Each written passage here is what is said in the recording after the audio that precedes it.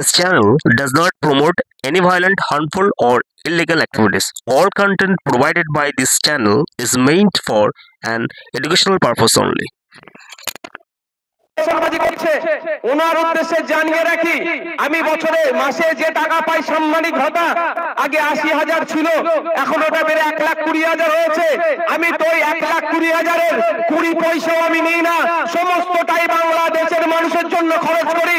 তা উনি কি চ্যালেঞ্জ আমার অ্যাকসেপ্ট করতে পারবেন? উনি এমপি কোটা থেকে, এমপি ল্যাডে থেকে যে টাকা আসছে সেটা নয়, উনি যে মাইনেটা পাচ্ছেন ওই টাকাটা কি জনগণের? আদাব, সালাম, নমস্কার, সত শ্রী আকাল।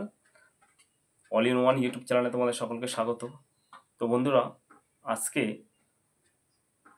আমি এমন একজন মানুষের কথা বলবো, তিনি একটা যুব সমাজের কাণ্ডারি, বয়স মাত্র ৩২ থেকে ৩৫ বছর তার বয়স। তিনি প্রথমবারই বিধায়ক হয়েছেন। নবনির্বাচিত বিধায়ক হিসাবে তিনি শপথ গ্রহণ করেছিলেন সম্ভবত ২০২১ সালে। তো শপথ গ্রহণ করার পর থেকে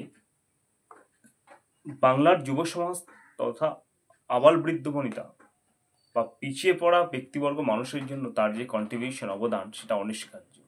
কারণ এতদিন আমরা অনেক বিধায়ক দেখেছি, বেশিরভাগ বিধায়ক নিজের বিধায়ক থেকে শুরু করে সমস্ত যারা রয়েছে তারা নিজের স্বার্থ সিদ্ধির ছাড়া কোনো কাজ করে না, মানুষকে ভোট ব্যাংকের জন্য ব্যবহার করে থাকে। তো আমরা এমন একজন বিধায়ককে পেয়েছি যিনি তার নিজের স্যালারি কত টাকা পায় সেটা পর্যন্ত তিনি বলে দিয়েছেন। তো আশা করছি শুধুমাত্র বাংলায় নয়, সারা ভারতবর্ষে এমন কোনো বিধায়ককে তোমরা দেখতে পারবে না যে নিজের স্যালারি কথা পর্যন্ত মানুষকে বলে দেয় এবং আরও বলে যে বাংলার ১০ কোটি মানুষের কী করে কল্যাণ হবে, তিনি সেটাই সবসময় চেষ্টা করছেন। কেমন কল্যাণ হবে?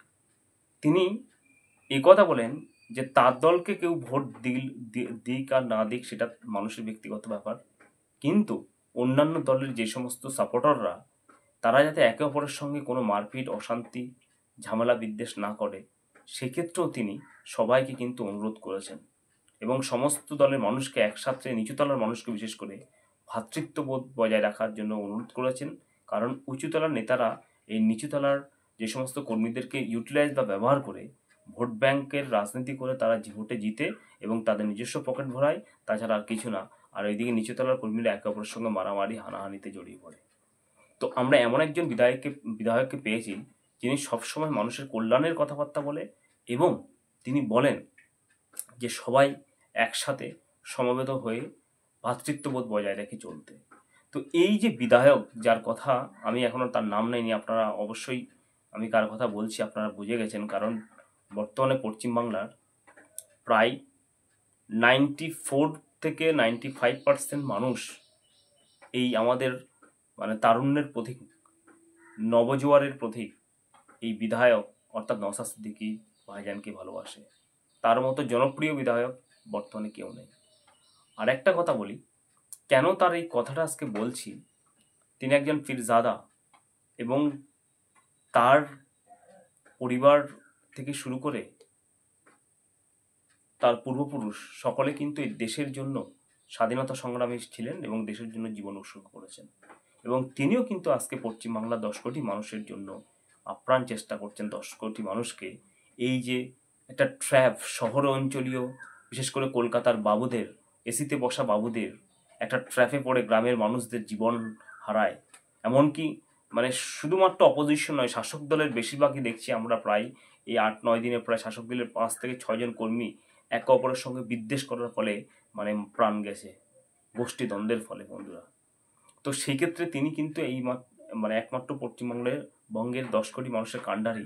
এই যে একটা কি বলবো, রাজনীতিবিদ যারা এসি ঘরে বসে নিচুতলা কর্মীদের মধ্যে ঝামেলা, বিদ্বেষ, অশান্তি বাঁধিয়ে নিজেদের ভোট ব্যাংকের ফায়দা নিয়ে তারা কুর্সিতে বসতে চায়, সেই সমস্ত নেতাদেরকে তিনি ধিক্কার জানিয়েছেন এবং সেই সমস্ত নেতাদের যে টোপ, সেখান থেকে মানুষকে পরিত্রাণ কী করে পেতে হয় সেই বার্তা তিনি দিয়েছেন।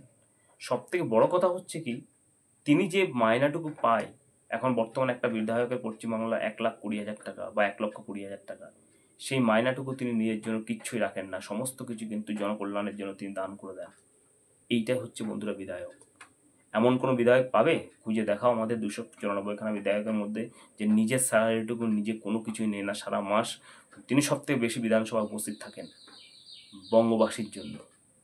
তাই সেই বিধায়ক নিজের স্যালারিটুকু কোনো কিছু নেয় না, এবং যে স্যালারিটা তুমি অর্থাৎ তিনি 1,20,000 টাকা প্রায় প্রত্যেকটি অন্যান্য আরও 293খানা বিধায়কের মতো তিনিও যে স্যালারিটুকু পান সেটি তিনি কিন্তু জনগণের কল্যাণের জন্য দান করে দেন।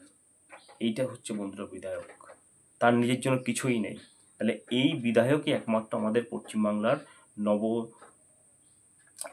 নবাগত বিধায়ক, তিনি আমাদের কিন্তু পশ্চিমবঙ্গের চিফ মিনিস্টারের যোগ্য।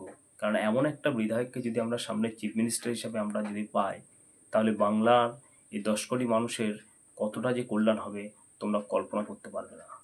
তিনি হিংসা বিদ্বেষ কোনো কিছুই তিনি অর্থাৎ এন্ড্রস করেন না, সমস্ত কিছুকে উপেক্ষা করে তার প্রতি কত অনাচার হচ্ছে। তাকে 40 দিন পর্যন্ত গারদে রাখা হয়েছিল বিনা কারণে, শুধুমাত্র এই অন্যায়ের বিরুদ্ধে প্রতিবাদ করার জন্য।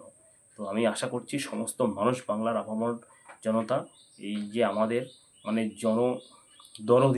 মানব দরদি বিধায়ক নওশাদ সিদ্দিকী, তার সঙ্গে দাঁড়াবেন, এবং তার মতো একজন মানুষকে আমরা যদি ভবিষ্যতে মুখ্যমন্ত্রী হিসাবে যদি পাই, তাহলে আমাদের জীবন ধন্য হয়ে যাবে, আমরা ধন্য হব।